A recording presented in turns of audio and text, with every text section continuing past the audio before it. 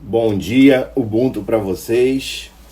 Hoje eu tenho o privilégio de conversar com o Dr. Gabriel Micheli. Ele vai se apresentar daqui a pouquinho. Marisa, que legal! Dr. Carlos, CF Life, só audiência nobre. Hoje nós vamos falar de Covid e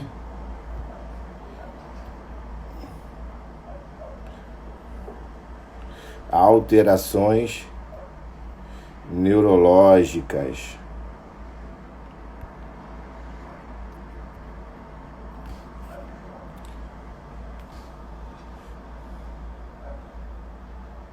Com o Dr. Gabriel. Vai ser bem legal, tá bom? Me mandem perguntas, Marisa, me manda pergunta nessa caixinha aqui, tá? De pergunta. Vamos logo começar, é sempre meio-dia a nossa live. Hoje nós vamos falar com um médico e amanhã vamos falar com um fisioterapeuta. Isso que é o mais legal.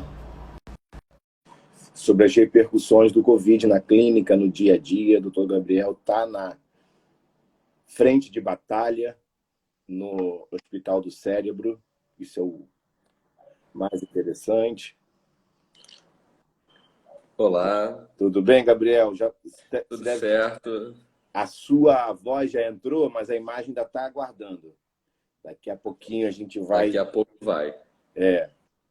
Veja como é que está a sua internet. Você está aí num bom sinal de internet? Agora Ô, veio. era para estar tudo funcionando, né? Não, já foi.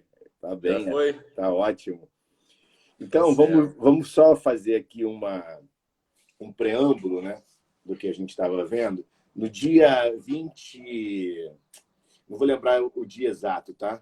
Mas foi em fevereiro, final de fevereiro, um Uhum. grupo chinês publicou o primeiro relato sobre Covid e paciente com sistema nervoso central lá em Wuhan, tá? Hum. Então, foi um grupo de quase 100 pacientes, onde ele viu que a maioria apresentou alterações do sistema nervoso central, como cefaleia, tontura, sonolência, redução do nível de Justamente. consciência, alguns ataxia, teve AVC isquêmico, Uhum. convulsão. Outros pacientes também com alteração do sistema nervoso periférico, como hipogenesia, hiposmia, é mais Justamente. comum do que se diz, né? Aquela diferença do olfato e neuralgias. E alguns Uhum. outros, alguns sintomas de mialgias e problemas mais graves. Depois disso, uma publicação interessante do grupo da Nature mostrou que alguns pacientes apresentavam inflamação do sistema nervoso central.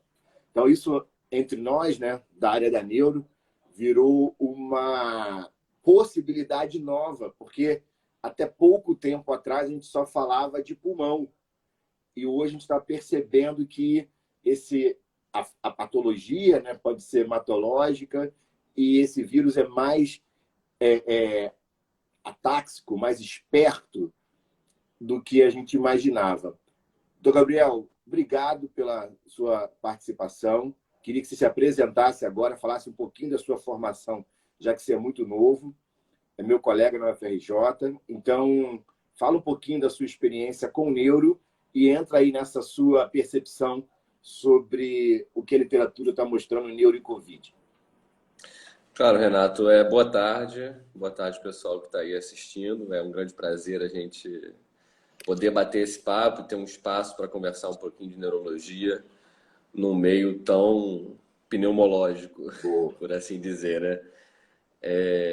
Eu acredito que nós estamos vivendo um momento de muito conhecimento, de muita transição em termos de terapia, em termos de diagnóstico. Eu sou novo, como você me falou, eu sou formado há pouco tempo, tenho minha residência em neurologia pela UFRJ e sempre tive um pé na terapia intensiva. Já tinha um interesse um pouco maior nisso, e assim depois de me formar.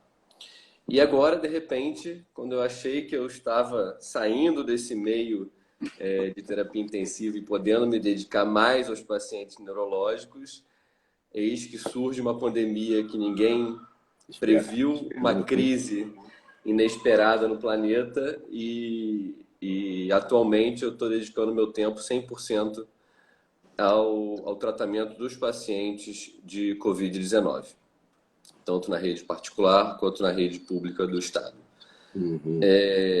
Eu acho muito interessante, de repente, esse interesse que a população tem por temas médicos e por temas epidemiológicos, de saúde pública. Eu acho que é muito importante a gente mostrar para a população, utilizando as nossas ferramentas que nós temos de medicina baseada em evidência, para que não ocorra uma desinformação da população, como a gente está vendo acontecer, principalmente relacionada a terapias e ao real impacto dessa doença na nossa comunidade. Eu acho que, como você falou, os principais trabalhos a respeito, aí voltando para a questão neurológica, os principais trabalhos relativos à Covid e alterações neurológicas vieram da China, vieram de Wuhan os primeiros relatos. Esse artigo que você mencionou, onde eles fazem um grande apanhado dos pacientes que tiveram manifestações neurológicas, e a gente vê que, de longe, a manifestação neurológica mais comum é a mialgia, né? Na verdade, isso é uma colher de chá, é uma situação sistêmica, mas que, de fato, a gente pode incluir a mialgia considerando o músculo a ponta final aí da unidade motora, né? E eu andei lendo alguns outros artigos muito interessantes também, do pessoal da Itália, dizendo que as alterações neurológicas elas podem ocorrer em até 35%, 36% dos pacientes com diagnóstico de Covid-19. E isso acaba sendo um pouquinho mais até. Eu fiquei surpreso com esse dado, né? Considerável. É um dado considerável. E incluído nessas manifestações, as mais comuns seriam a cefaleia, a dor de cabeça, né? As alterações de nível de consciência, principalmente relacionadas à sonolência, estando essas ou não relacionadas a um estado de toxemia sistêmico, então pode ser um rebaixamento de nível de consciência primário pela doença propriamente, ou secundário por uma disfunção orgânica múltipla, associada à hipotensão e essa tempestade de citocinas, que é a inflamação que esse vírus provoca, né? E a gente está começando a ver alguns trabalhos mostrando a neurotoxicidade direta do coronavírus. Não é novidade que os coronavírus, de maneira geral, podem ter um tropismo pelo sistema nervoso central. Isso já é sabido desde a época lá de 2006, com o SARS e o MERS no Oriente Médio, um pouco depois, onde viu-se que tropismo, só para a gente tem um público leigo, imagina desculpa. nossos tios e nossas tias ouvindo a gente. Tropismo é uma atração, né? É uma o tropismo afinidade. Exatamente, uma atração de um determinado patógeno por um tecido específico do organismo. Então, já se sabe que os coronavírus têm um tropismo pelo sistema nervoso central. O alvo desse coronavírus principal que está circulando aí, assim como o alvo de alguns vírus influenza, é o receptor de angiotensina. E é um receptor que é bastante expresso no corpo, principalmente no pulmão, nos vasos sanguíneos e no rim. Não existe muita expressão desse receptor de maneira global no sistema nervoso. Mas ele existe em alguma quantidade, em algumas regiões específicas do cérebro, como o tronco encefálico e os núcleos da base. Isso não quer dizer que ele não possa invadir ou influenciar o o cérebro através de outros mecanismos. Lembrando que os vasos, eles têm essa expressão do receptor de angiotensina, e existe um mecanismo proposto de AVC causado pelo coronavírus, que seria um ataque à membrana, ao epitélio, ao endotélio dos vasos que nutrem o sistema nervoso central. E com isso causar um fenômeno vasculítico, que é uma inflamação desses vasos que poderiam causar lesões isquêmicas. E simulando não, causando AVCs nos pacientes com Covid. Outra manifestação que eu acho que está muito na moda aí, que o pessoal está comentando bastante, são as manifestações sensitivas, sensoriais, na verdade, relacionadas principalmente ao primeiro nervo craniano, que é o nervo olfatório.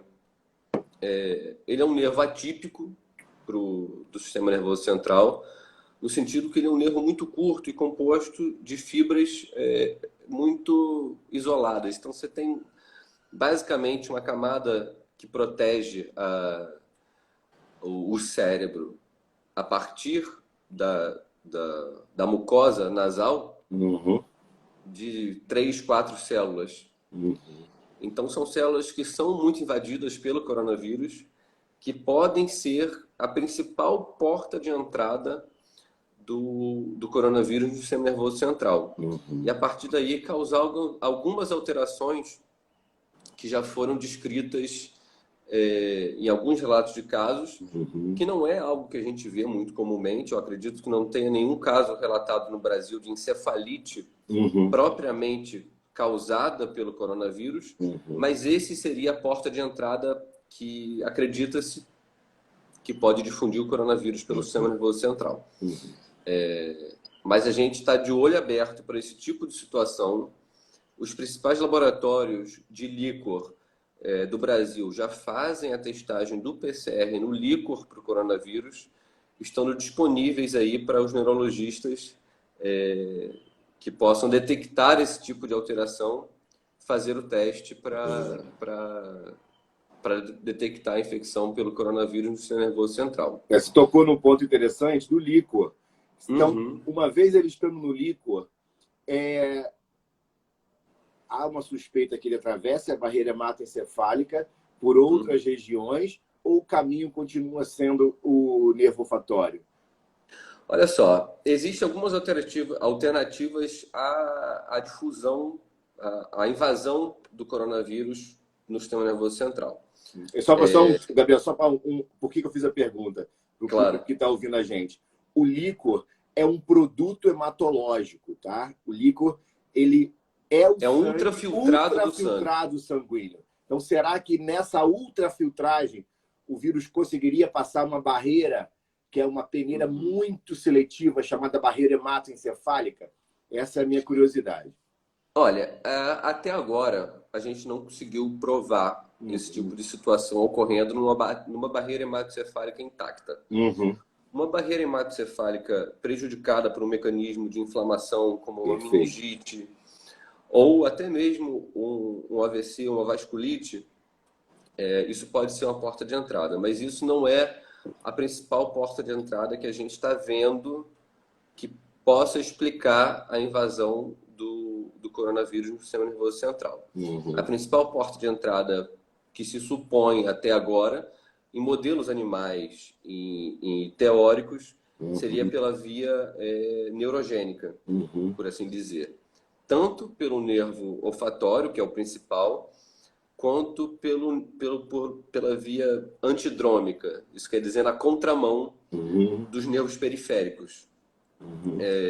A neuropatia periférica, a dormência e a perda de força nas extremidades é algo que já é descrito pela infecção do coronavírus, mostrando que ele pode invadir o sistema nervoso periférico. E a partir daí, por um mecanismo na contramão, acessar o sistema nervoso central. Isso aí é muito interessante, porque eu queria tocar num outro ponto também. Fique à vontade. Que é a invasão específica do coronavírus no tronco encefálico.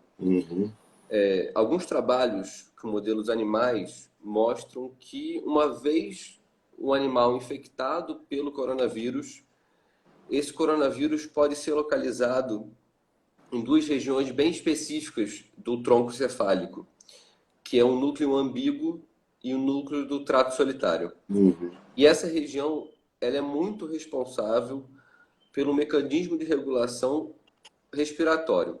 Então você tem tanto o mecanismo receptor de gás carbônico no sangue, de oxigênio no sangue, que estimula a respiração, quanto a região propriamente responsável por gerar os estímulos respiratórios.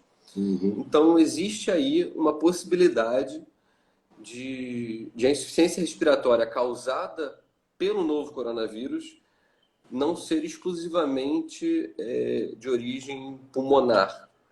Ela pode ter um componente de insuficiência respiratória central associado. Muito bom.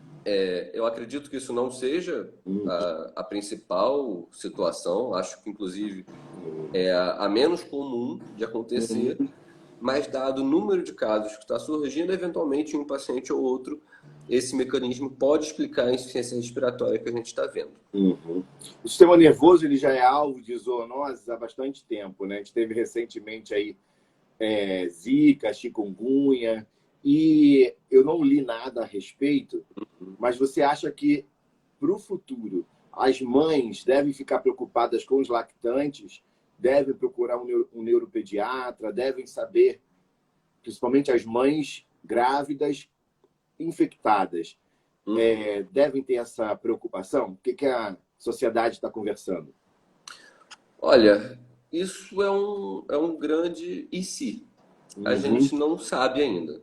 Tá? Não existe nenhum relato de malformação causado pela infecção do coronavírus, mas a gente sabe que toda infecção durante a gravidez, dependendo da sua gravidade para o sistema, para o organismo materno, pode causar alterações fetais.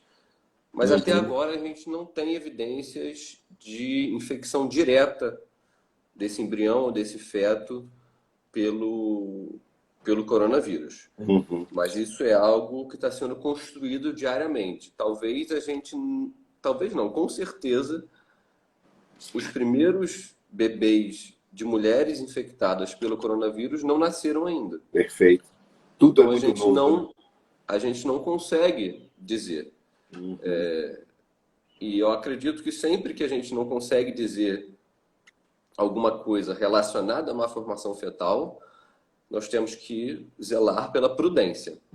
Então, eu acredito que o isolamento social deva ser reforçado pelas gestantes. Ótimo.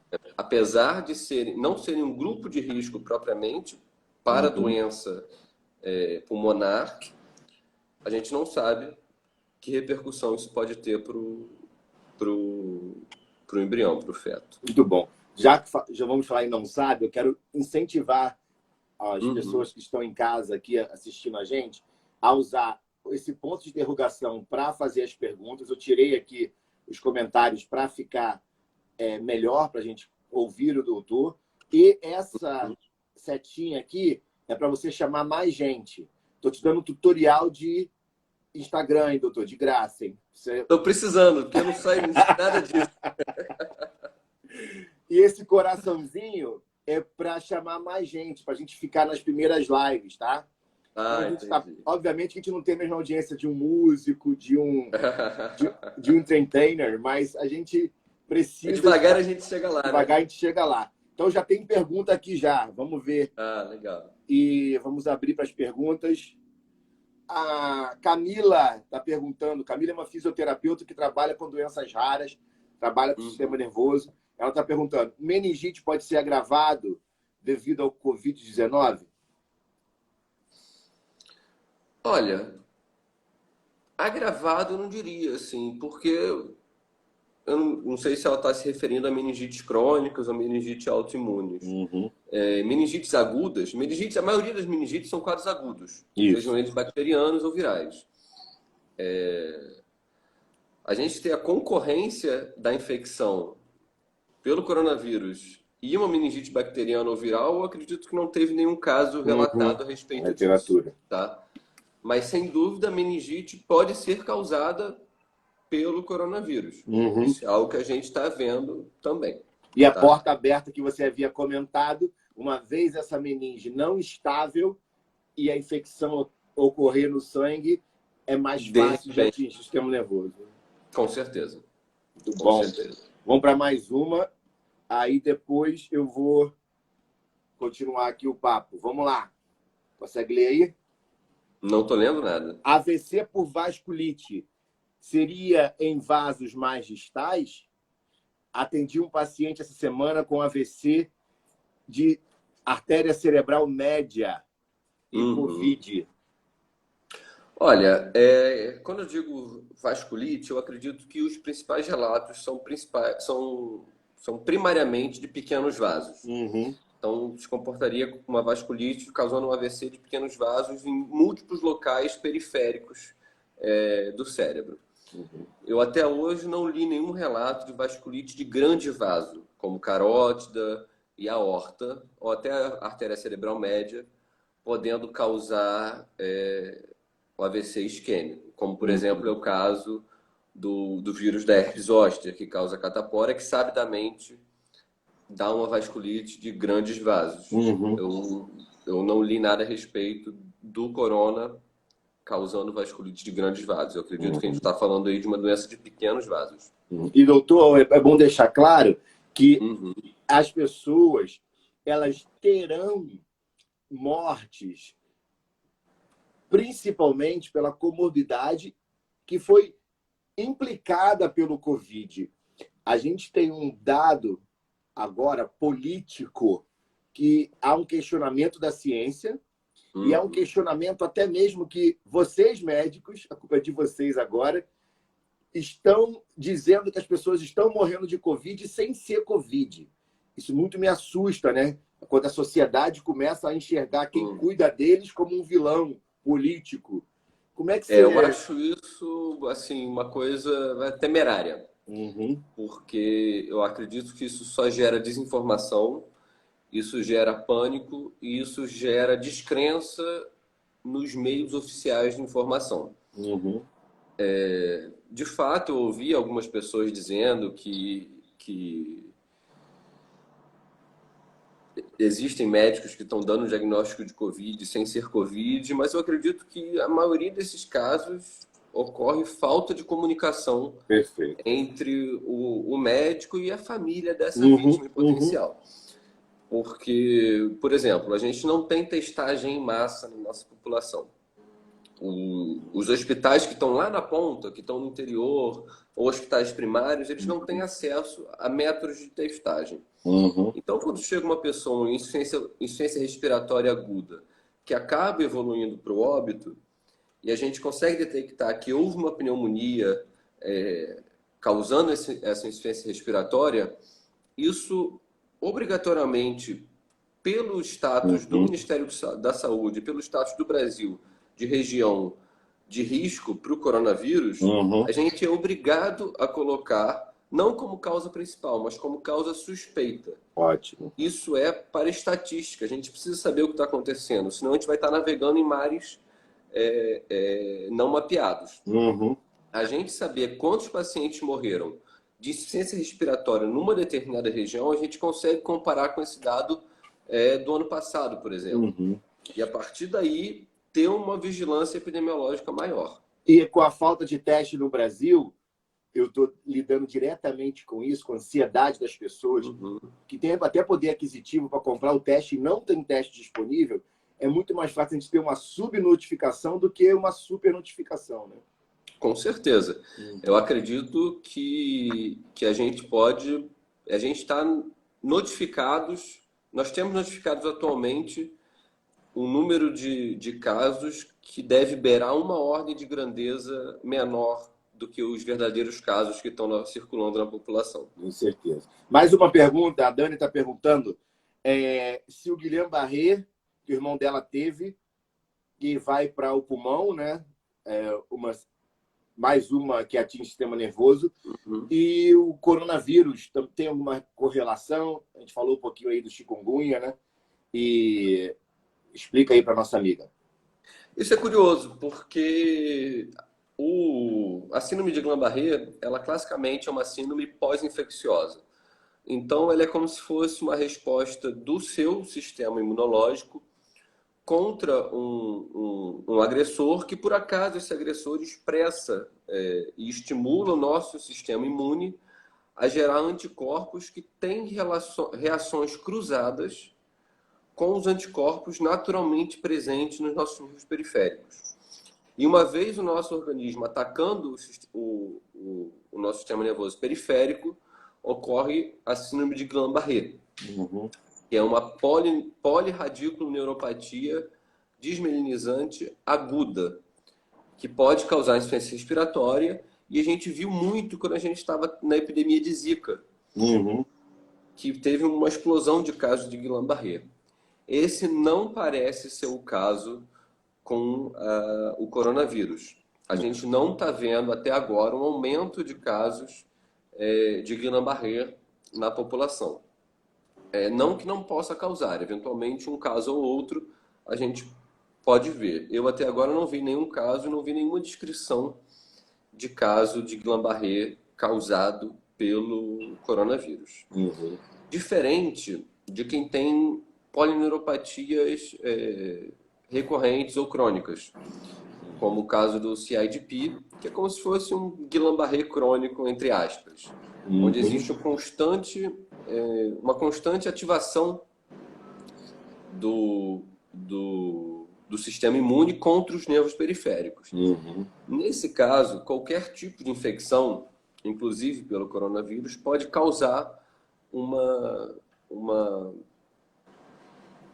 flare, né? um aumento da expressão do sistema imune, e isso pode causar uma crise de polineuropatia. Mas esse é o caso de doenças autoimunes crônicas. A gente não está vendo isso agudamente, como é o caso do Guillain-Barré. Outra realidade que a gente tem visto lá no nervo olfatório, o trajeto, como ele é próximo, né, do tronco encefálico, então a gente já deu esse mapa, eu não estou conseguindo tirar a pergunta aqui, nem colocar outra pergunta, tá? É um bug do Instagram. Desculpa aí, Eu não consigo nem ver pergunta nenhuma. Mas que bom. Eu acho que o nosso público também fica curioso sobre os detalhes que possam diferenciar uma gripe comum do corona. Muita gente está dizendo sobre a perda do olfato e paladar. Tá? Eu queria que você me falasse um pouquinho dessa...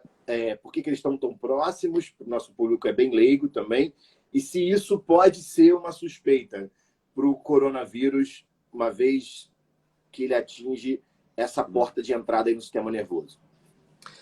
Olha, tradicionalmente, nós, os neurologistas, negligenciamos o nervo olfatório durante muitos anos. Só no final da década de 80 que a gente passou a dar a real importância que ele tem. E observar que ele, na verdade, poderia ser uma grande pista para uma série de outras doenças neurológicas. Isso começou a surgir nos primeiros estudos anatomopatológicos da doença de Parkinson, onde a gente viu que existia uma alteração recorrente no nervo olfatório, e a partir daí a gente passou a correr atrás de outras alterações que poderiam ocorrer. Não só o coronavírus, mas como todos os vírus que causam rinocinusite, que podem causar alterações inflamatórias na mucosa na mucosa nasal, vão acabar invariavelmente acometendo a região em que existem a saída das fibras terminais do nervo olfatório. E como eles são muito delicados, eles podem acabar sendo acometidos e acabam morrendo. Uma vez morrendo, a gente perde a sensação do olfato, tá? De fato, isso está sendo descrito como uma alteração um pouco mais comum no coronavírus do que nas outras infecções respiratórias, inclusive a gripe, tá? Eu não tenho as informações estatísticas para te dizer com certeza isso. Mas eu acredito que isso deva ser um fato que as pessoas devam reparar. Até porque, diferente dos outros vírus que a gente comentou que podem causar rinocinusite, o coronavírus tem um tropismo pelo próprio nervo olfatório em si. Então, além da destruição do ambiente em que esse nervo está inserido, existe o ataque direto ao nervo olfatório. E o nervo olfatório, ele tem uma característica muito interessante, que ele, na verdade, não é um nervo periférico, ele é composto nas suas estruturas e no seu suporte de células do sistema nervoso central. Ele não faz parte do sistema nervoso periférico, apesar de estar exposto na periferia. E ele é a única parte do sistema nervoso central capaz de se regenerar. Então, existem células-tronco na membrana basal do epitélio do nervo olfatório que é capaz de fazer com que esse nervo se regenere por volta de 3 a 4 meses depois dessa lesão inicial. Isso é interessante. Lá, voltando aos 15 anos atrás, eu acho, eu estava ainda no meu mestrado, já estava terminando o doutorado. E aí, lá no UFRJ, a gente trouxe um italiano que foi um dos precursores para cirurgia de célula tronco olfatória, do bulbo olfatório na medula, para pacientes com lesões raquimedulares recentes. Na época era um achado, a gente tem sempre esses espantos da ciência, né?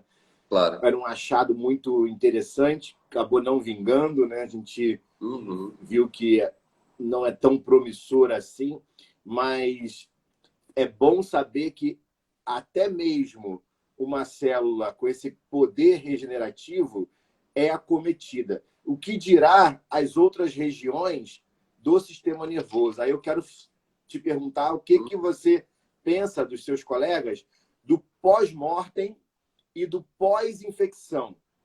Ou seja, como que os médicos estão preparados, aí eu vou trazer para a minha equipe também, para os meus colegas fisioterapeutas, para investigar os pacientes que foram acometidos hoje, às vezes até assintomáticos, para a imagem, seja ela para confirmar que a morte foi por Covid, né, na autópsia, e a imagem mesmo, ressonância ou algum exame, para a gente ver se houve ou não alguma sequela no sistema nervoso central. Na minha vida, né, funcional, sequela para mim é função. Se não perdeu função, vamos em frente. As alterações foram uma adaptação aí do cérebro para tentar te manter funcional. Mas como é que você vê essa intervenção pós-lesão? Deixando só aqui um adendo para o pessoal, eu tirei as perguntas, mas você pode fazer pergunta nessa caixinha de interrogação.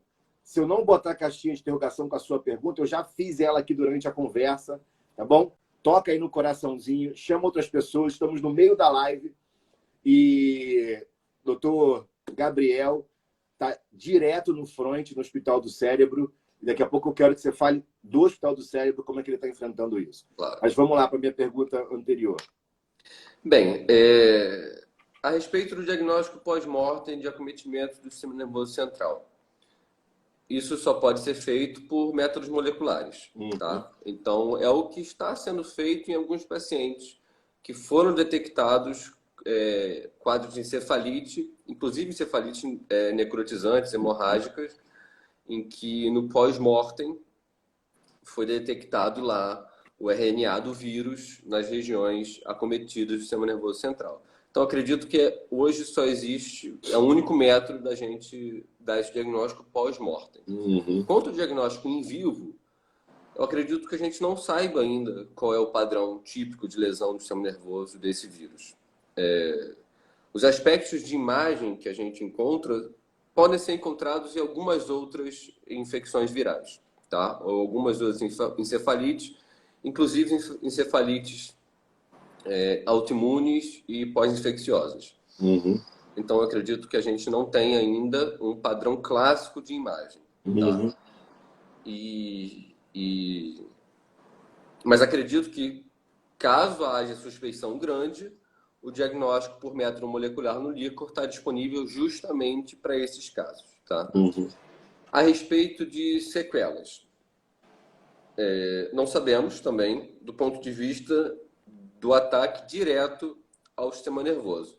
Mas acredito que as principais sequelas vão ser sequelas motoras e cognitivas, caso isso seja mais comum da gente ver pacientes com encefalite do corona sobrevivendo. Tá? Então, provavelmente a gente vai ver um paciente espástico, um paciente com déficit cognitivo secundário a isso. E aí entra a fisioterapia, que é muito importante na reabilitação desse paciente.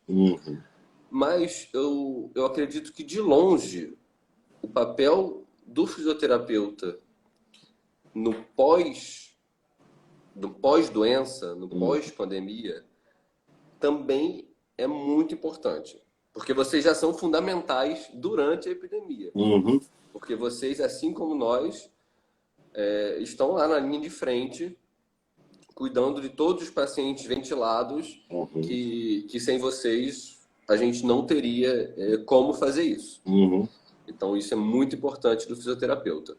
E outra coisa que eu acredito que vai ser talvez um fator que impeça a gente de liberar os leitos de CTI mais rapidamente para admitir uma nova leva de pacientes, é que esses pacientes que ficam internados com a síndrome respiratória pelo coronavírus são pacientes muito graves. E esses pacientes acabam desenvolvendo, pela gravidade da doença e pelo nível de agressividade do nosso tratamento, que depende de níveis de sedação muito profundos, e muitas vezes a gente tem que usar bloqueadores neuromusculares nesses pacientes por longos períodos de tempo. Isso acaba gerando o que a gente chama de miopatia e neuropatia do doente crítico. Então, esses pacientes, eles invariavelmente têm atrofias musculares importantes depois que saem da fase aguda da infecção. Esses pacientes, muitas vezes, desenvolvem uma neuropatia axonal por morte do axônio, por isquemia. Então, você acaba tendo o nervo periférico comprometido, que até ele se regenerar demora meses. E um paciente que fica submetido a regime de bloqueadores neuromusculares, como a gente está vendo aí, 10 semanas, 10 dias, 2 semanas, esse paciente tem um grau de atrofia muito grande. Lembrando que em 12 horas de uso de bloqueador neuromuscular, a gente já consegue observar alterações musculares diafragmáticas em qualquer paciente que fica submetido a isso. Então, você imagina um paciente que fica 1 semana, 2 semanas usando esse tipo de droga, invariavelmente a reabilitação pulmonar e musculoesquelética deles vai demorar meses.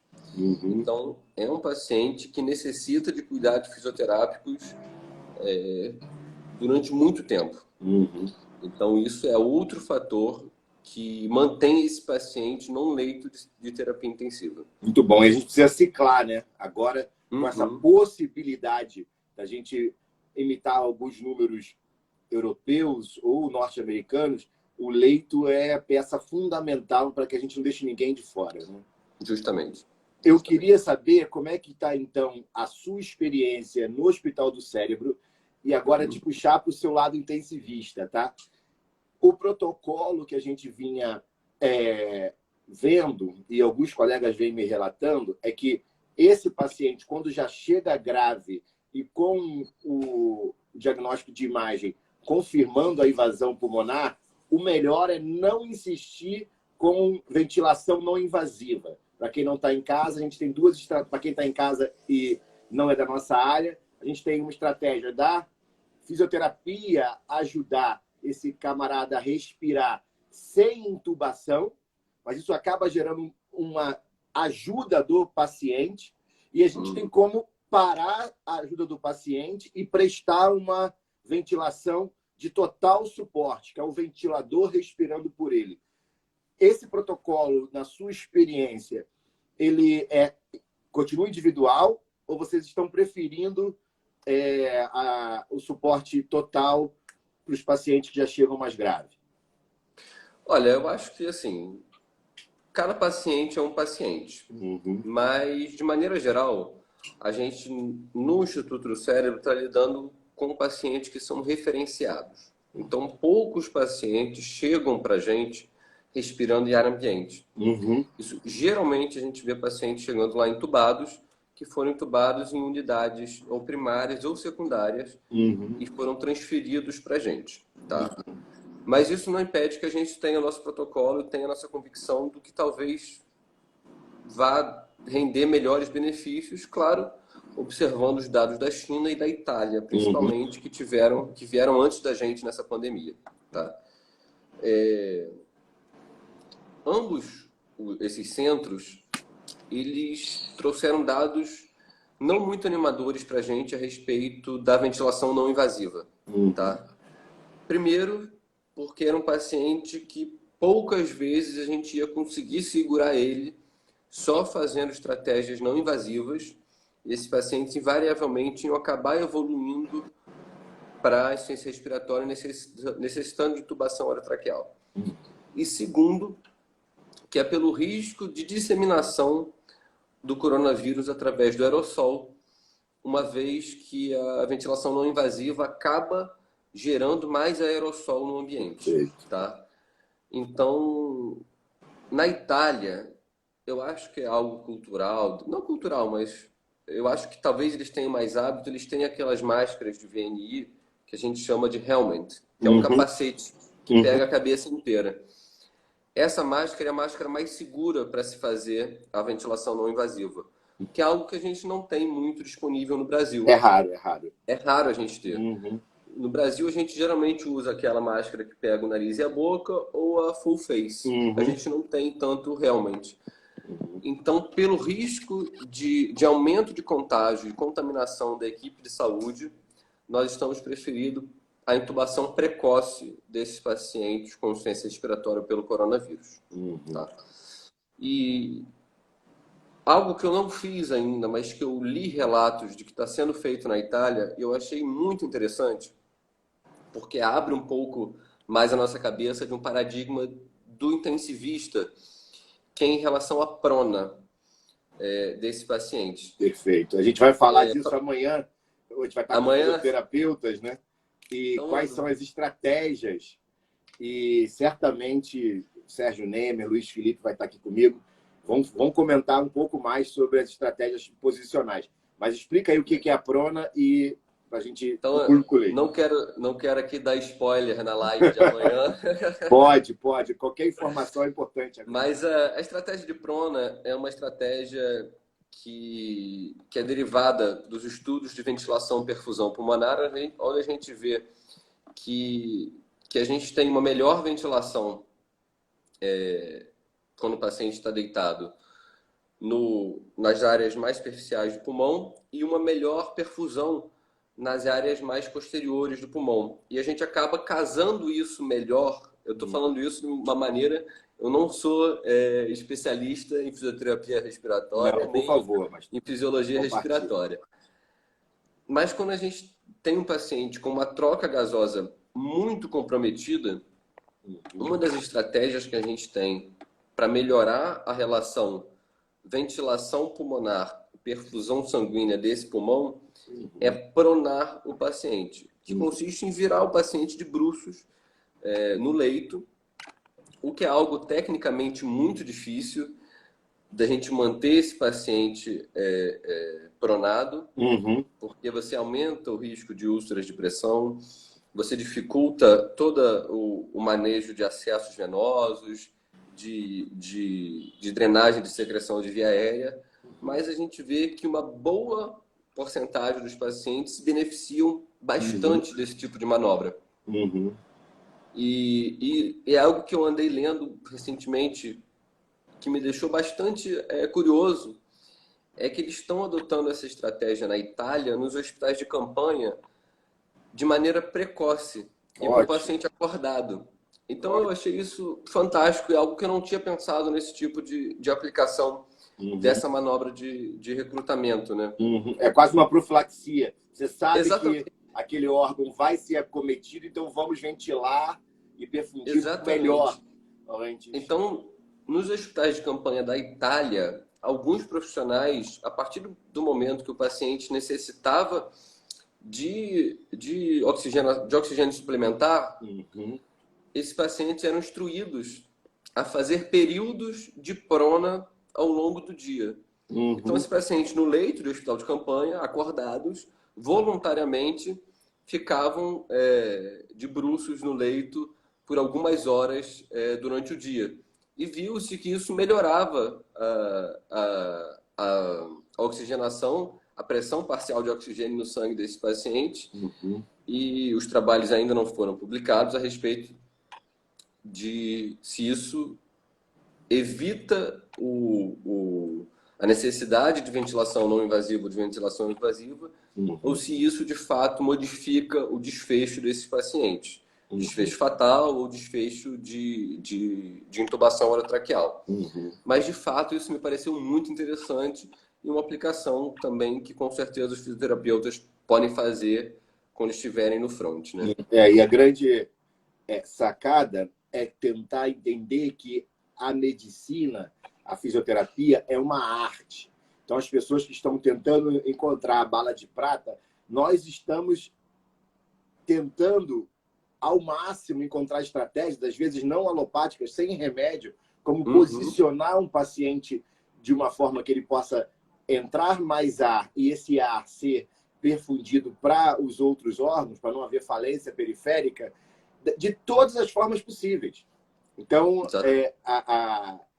de novo, aí eu vou entrar num detalhe, tá? Antes de eu abrir para as perguntas, já tem bastante pergunta aqui. A cloroquina, o estudo inicial é bastante questionado, diversos outros estudos ainda não conseguem comprová-la como um grande agente para evitar a evolução danosa do Covid, mas a sua profissão, ela determina que você tem o direito de decidir, né? E cada paciente é único. E como você está vendo esse burburinho da sociedade, né? Hoje economista virou imunologista, advogado virou médico. Como a gente está lidando com as informações científicas ou pseudocientíficas e como vocês, médicos, estão lidando com essa pressão da sociedade sobre a cloroquina? Eu acho que de tempos em tempos aparece uma droga que é a droga salvadora da pátria. E na realidade, a gente tem que saber que não existe panaceia. Ótimo. Não existe solução mágica para esse problema. A cloroquina é uma droga que surgiu há muito tempo atrás, é uma droga muito antiga e conhecida pela humanidade há muito tempo, e tem seu efeito comprovado no tratamento de doenças autoimunes e da malária. O mecanismo proposto da cloroquina e da hidroxicloroquina para a infecção pelo coronavírus é como se fosse uma certa, entre aspas, paralisia do sistema imune no ataque ao vírus no momento inicial. Já que a gente sabe que o que de fato causa a inflamação sistêmica e a alteração pulmonar é o ataque desordenado do sistema imune à célula invadida pelo vírus.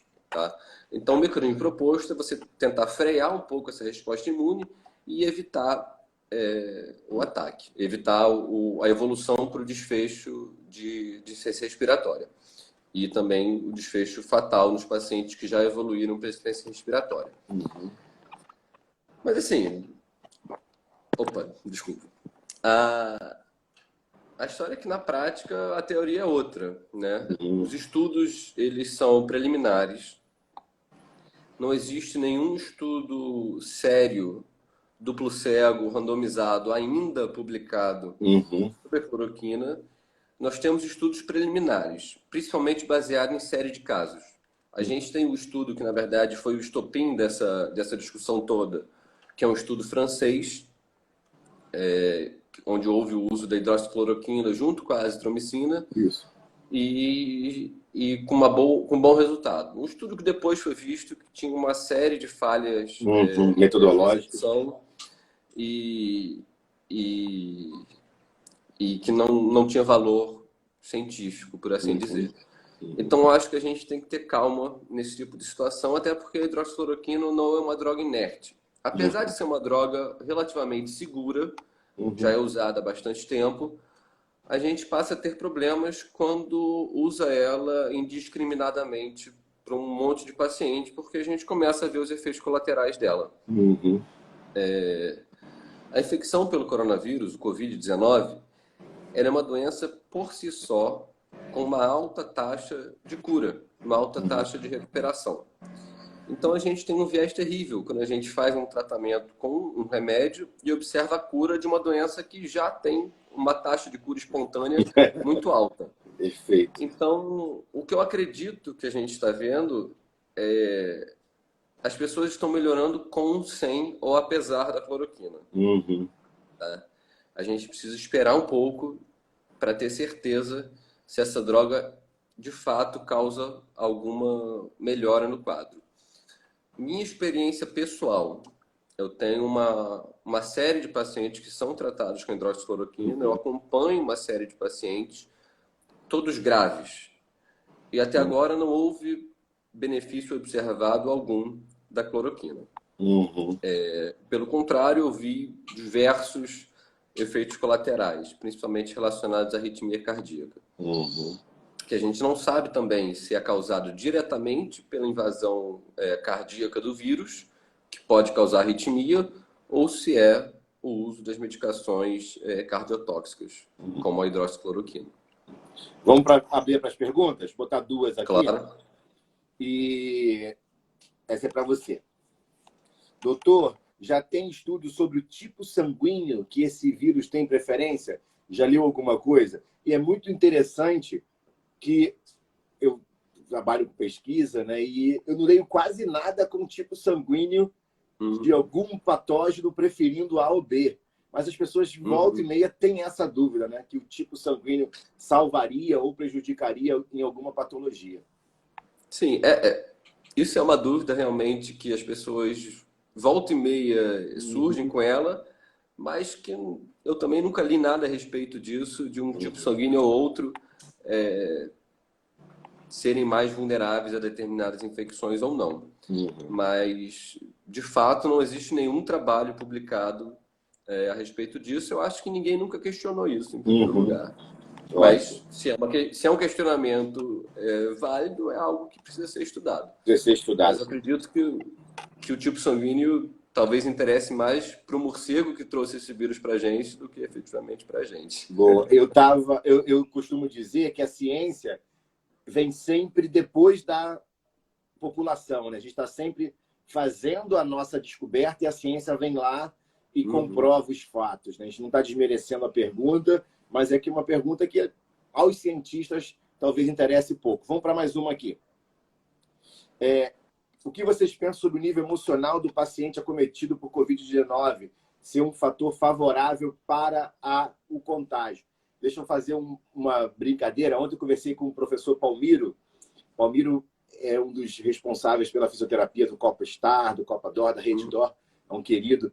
E ele vai ter uma live com a gente aqui no dia 27. Aí ele estava falando que dos fisioterapeutas da equipe dele, quase 80% foram contaminados com Covid, estão afastados. Mas ele brincou, só os medrosos. Quem mais tinha medo de ser infectado foi. Aí, respondendo a Sueli é uma psicóloga muito renomada. E a pergunta dela, Sueli, na minha visão de pesquisa clínica, é que a literatura aponta que os fatores emocionais somatizantes têm relação direta com o sistema imunológico. Então, pessoas com ansiedade, síndrome de burnout, com estresse pós-traumático, têm uma depressão do sistema imune. E talvez isso seja um perfil ideal para ser acometido por Covid. Então, o que você acha, doutor? Eu acredito que sim, que de fato alterações emocionais podem causar alterações no sistema imune, favorecendo o corpo a infecções. Uhum. Mas não há nada relatado sobre isso ser um fator de risco ou não para infecção pelo novo coronavírus, tá? Talvez a pessoa com privação de sono ou que está muito estressado, e essa quarentena que a gente está vivendo é algo realmente... A quarentena não, né? O isolamento social que a gente está vivendo é muito estressante e, de fato, isso pode causar uma baixa no sistema imune que favorece a infecções, inclusive pelo coronavírus. Mas eu não acho que a gente deva também tratar como a vacina para o coronavírus ser manter-se positivo ou ficar alegre a despeito de tudo isso que está acontecendo. Tá? Perfeito. E é uma tentativa geralmente ineficaz, né? Quando a gente deixa a gente ser quem somos e nos aceitamos, é sempre melhor. Que live boa foi essa? Já está acabando. Eu não fiz nenhuma pergunta que eu preparei. Ela fluiu. Foi muito bom. E eu queria agora te pedir para dar um recado aí para a sua comunidade médica, consequentemente, para os colegas da área da saúde. Já te fazer um agradecimento por você não ter saído do front, tá? Estar tão na ativa e para as possíveis repercussões que a gente tenha para o sistema nervoso central, sistema nervoso periférico e suas considerações finais, doutor Gabriel. Olha, eu acho que a ciência se faz a partir de observação. E eu não consigo imaginar um cenário onde a gente, observando o que está acontecendo no planeta, observando o que está acontecendo nos países que já estão no estágio mais avançado de infecção, a gente não consiga olhar para o nosso país, para a nossa comunidade e achar que aqui vai ser diferente. Não vai ser diferente se a gente continuar mantendo um comportamento de não fazer o isolamento social ou de afrouxar as medidas de restrição. Eu acho que a gente tem que tomar como exemplo os países que não fizeram isso no começo da epidemia e hoje estão pagando o preço de ter um sistema de saúde colapsado. Eu fico muito assustado em ver Nova York, de ver a região do norte da Itália, a França, também com casos cada vez mais numerosos. E eu tenho bastante receio sobre como isso vai impactar especialmente as grandes metrópoles brasileiras, pela característica peculiar que a gente tem de comunidades bastante aglomeradas, de pessoas numa situação de vulnerabilidade social muito grande, em que simplesmente não podem ficar em casa porque vão passar fome. Então, eu tenho bastante receio do que pode acontecer aí pela frente, e eu estou bastante assustado também de ver o que aconteceu no começo de abril em relação específico aos hospitais que eu trabalho. O Instituto do Cérebro ele foi transformado exclusivamente para ser um hospital de referência de Covid, e eu lembro que há 10 dias atrás, mais ou menos, eu de plantão lá com o hospital vazio, com de 5 a 10 pacientes, mais ou menos, e eu me questionando, poxa, será que o hospital vai ficar lotado mesmo? Será que é tudo isso? E essa noite eu dei plantão lá com o hospital lotado de pacientes Covid. Então, em 10 dias se concretizou algo que eu achava que talvez só ia se concretizar mês que vem. E esses pacientes, eu entendo por que esse vírus ataca o sistema de saúde. Esses pacientes, eles ficam no leito de CTI e eles não saem do leito de CTI em pouco tempo. Eles demoram para melhorar. Perfeito. A gente está vendo algumas notícias, né? Eu recebi esses dias de parentes meus, mostrando números de gente que morreu de acidente de carro, tabaco no ano. É tão difícil explicar para essas pessoas que essa morte é no ano. A gente justamente quer que o Covid também possa atingir as pessoas no ano, não nesses meses. Não colapsar o sistema agora, né? E, doutor, mais uma vez, obrigado por estar compartilhando o seu conhecimento com a gente. Talvez a gente tenha uma live número 2 aí para você me atualizar como as coisas evoluíram. Depois de estudos a gente pode conversar.